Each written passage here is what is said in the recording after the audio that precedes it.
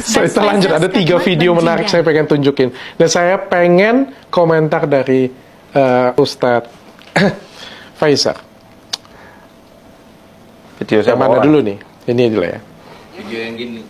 Pesulap merah mengatakan, jikalau seorang muslim yang melihat jin, itu gangguan syahadatnya. Apa? Sekarang nih, saya ulang. Salah. Hilang syahadat. Jadi begini. Pesulap merah mengatakan, jikalau seorang muslim yang melihat jin, itu gangguan syahadatnya. Sekarang nih, saya pribadi. Itu salah. Berarti menghina nenek saya berarti. Berarti bisa ngelihat jin. Nenek saya itu yang ngajarin ngaji jin. Ngajarin ngaji jin. Di Malah itu ada pesantren di Singaparna tuh ada pesantren jin. Itu ngebajarin jin. Gak boleh ketawa. Habib Jidan bisa ngelihat jin? Nah, saya pribadi nih, saya cucunya nih. Cucu saya pribadi. Ini saya ngantri makan ya. Ke jin? Ya, mintanya ke jin langsung ngantri makan tuh. Langsung. Emang makanannya jin apa? Tulang. Tulang di Indonesia banyak di presto ya, dimakanin, jadiin sop. Makanya jin di Indonesia kurang gizi. Apakah yang disampaikan oleh beliau ini benar? Kurang tepat. Kurang tepat. Tidak benar. Adakah pesantren jin? Pesantren jin mungkin ada di alamnya. Mungkin ada di alamnya. Ya. Apakah benar kita bisa memberikan makan pada jin? Gimana? Kita memberikan makan pada jin. Berikan makan ke jin? Dalam konteks kayak gini tidak tepat. Tidak tepat. Oke, kita lanjut ke video selanjutnya. Karena video-video ngadengnya ngajarin ngaji ke jin. Setiap ahli agama, khususnya para ustadz-ustadz, di zaman Ibnu Taimiyah, beliau punya santri kalangan jin, tapi beliau tidak bisa lihat santrinya. Beliau tidak bisa ngelihat. Ya, yang namanya orang kajian kayak gini, jin duduk di samping-samping ini kan kita tidak pernah tahu. Bahkan duduk di samping kita juga tidak tahu. Kita mungkin dengerin podcast ini juga kan? Bisa dengerin, bisa ngambil ilmu dari kita, nyerap ilmu. Mungkin dia ketawain Udin juga kan? Ini ngapain saya diem-diem baik kok. Nama aku dibawa-bawa katanya kan? Oke, ini ada satu nih. Ini harusnya pertama kali aku dengerin ini dulu nih. Beb, tolong Beb, ini apanya? Habib? Saya Habaib. Waduh. Habib, saya nggak panggil Habib lagi. Saya Cicit daripada Keramat Tanjung Priuk. Oh, oke. Gitu, baru kan. Cucunya Mbak Priuk. Oh, cucunya Mbak Priuk. Cicit, Mbak Priuk. Oke. Cicit. Nah, pertanyaannya perlu saya jelaskan atau nggak perlu saya jelaskan? Apa? Ya, kayak tadi kan ada seorang yang mengaku Habaib atau Habib. Tapi dengan lantangnya seperti itu. Menurut Pak Ustadz kayak gimana sih? Wah, perlu dicek ya. Saya nggak berani menghukumi. Nanti dicek aja. Bener apa enggak?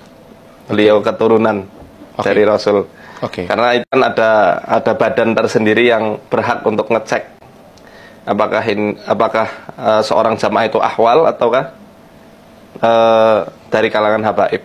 Ya. Tapi apakah kalau misalnya dia nggak bisa dijadikan legitimasi? Apakah kita harus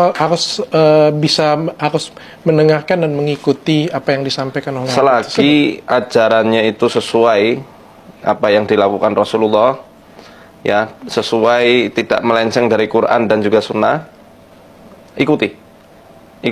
Tapi ketika ajarannya mengajarkan kebal dan lain-lain, ya, apalagi apa kemarin itu nyantet ya, atau apalah, saya nggak tahu, barangkali saya salah. 45 menit bisa. Iya. Bikin orang pingsan dengan botol, yaitu nggak usah diikuti. Saya ada kitab dari kalangan habaib, Bughyatul Mustarsyidin. Ya kan, nonton kan di podcastnya Dennis kan bikin orang pingsan kayak gitu punya. Boleh saya bacakan? Boleh. Ini yang mengarang adalah Sayyid Abdurrahman bin Muhammad bin Husain bin Umar al-Masyhur Ba'alawi. Oke. Ya. Dan judul kitabnya ini, barangkali yang namanya Mas Jindan ini pernah ngaji, saya kasih lihat kitabnya, barangkali lupa. Bughyatul Mustarsyidin ini kitab fikih Syafi'i di halaman ke 298 sampai 299. Mas'alatun, tentang masalah khawariqul adah. Khawariqul adah adalah kemampuan-kemampuan super di atas rata-rata manusia. Itu ada 4 tingkatan. Yang pertama, ya, al-mu'jizatul al-makrunatu bida'wan nubuwati al-ma'juz. Adalah mukjizat yang bersamaan dengan nubuwah, ya. Pengakuan seorang nabi terhadap umatnya, ya. Kemudian ada yang namanya karomah, Nah, ini karomah-karomah nih yang sering disampaikan ya. Karomah ini mana?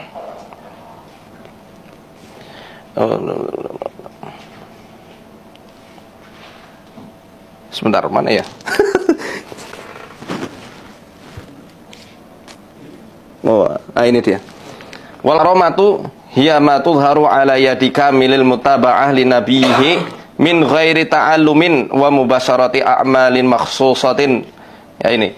Yang namanya karomah adalah sesuatu yang terlihat dari tangan orang yang benar-benar mengikuti nabinya, mengikuti Rasulullah, tanpa diawali dengan belajar. Beliau belajar enggak? Oke. Belajar kan? Tanpa diawali dengan belajar dan tanpa diawali dengan amalan-amalan khusus, ritual-ritual khusus. Berarti kalau memang tidak ada salah dari kemarin lahir saya untuk dengar dia. ya. Dari awal dari sudah ada untuk dia kayak gitu. Enggak, Kemampuan. karena berkat keistiqomahannya. Oh, oke. Keistiqomahannya, kemudian dia itu banyak berdakwah, ya. Kemudian banyak perlawanan, kadang-kadang Allah kasih karomah. Tapi karomah yang paling tinggi adalah istiqomah, bukan kemampuan-kemampuan super. Istiqomah atau konsisten, itu susah sekali yang namanya konsisten. Oke. Ya, jadi ini di sini beliau mengatakan bahwa yang namanya ilmu-ilmu kebal, ya, kalau diikuti, kalau itu dihasilkan dari belajar atau melakukan amalan-amalan khusus, maka itu bukan karomah, melainkan sihir. Oh, oke. Ada ini ya, suruh baca sendiri. Karena kalau saya baca panjang. Oke. Terakhir ini videonya.